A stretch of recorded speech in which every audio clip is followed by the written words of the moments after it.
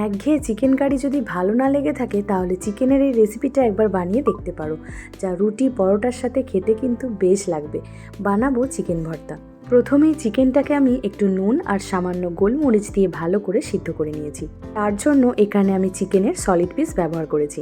এবার কড়াইয়ে কিছুটা সর্ষের তেল দিয়ে তাতে দিয়েছি পেঁয়াজ কুচি। পেঁয়াজ একটু ভেজে নিয়ে দিয়ে দেবো কেটে রাখা টমেটো। টমেটোর কাঁচা গন্ধটা চলে যাওয়া অবধি ভেজে নিয়ে দিয়েছি কয়েকটা কাজু বাদাম।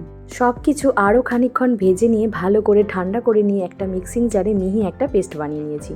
এদিকে চিকেনটা ভালোভাবে সিদ্ধ হয়ে এলে একটু ঠান্ডা করে নিয়ে হালকা হাতে এইভাবে একটু ছিঁড়ে নিয়েছি।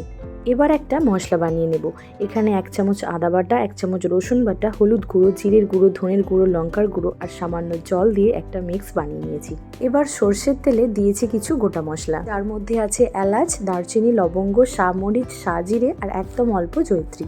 আর দিয়েছি একটা কাঁচা লঙ্কা। সব কিছু একটু ভেজে নিয়ে দিয়ে দেবো মিক্স করে রাখা সেই মশলাটা। এবার পেঁয়াজ, টমেটো আর কাজুর পেস্টটা দিয়ে পুরো মশলাটা খুব ভালোভাবে কষিয়ে নেব যতক্ষণ না তেলটা মশলা থেকে ছেড়ে আসছে। এরপর পরিমাণ মতো নুন দিয়ে ভালোভাবে মিশিয়ে নিয়ে দিয়েছি কিছুটা চিকেনের স্টক। ভালোভাবে মিশিয়ে নিয়ে এবার চিকেনটা সেই মশলায় দিয়ে কিছুক্ষণ কষিয়ে নিয়েছি। 2 থেকে 3 মিনিট কষিয়ে নিয়ে এরপর বাকি জলটা দিয়ে ফুটতে দেবো।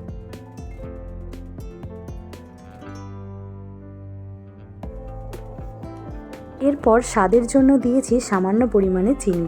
চিনিটা কিন্তু সম্পূর্ণ অপশনাল। এছাড়াও দিয়েছি কসুরি মেথি আর আগে থেকে সিদ্ধ করে রাখা 2টো ডিম। ডিমটাকে এভাবে আগে থেকে একটু লম্বা করে কেটে রেখেছিলাম। সব কিছু ভালো করে মিশিয়ে নিয়ে শেষে দিয়েছি সামান্য পরিমাণে বাটার। এতে ভর্তার স্বাদটা কিন্তু অনেকটাই বেড়ে যায়।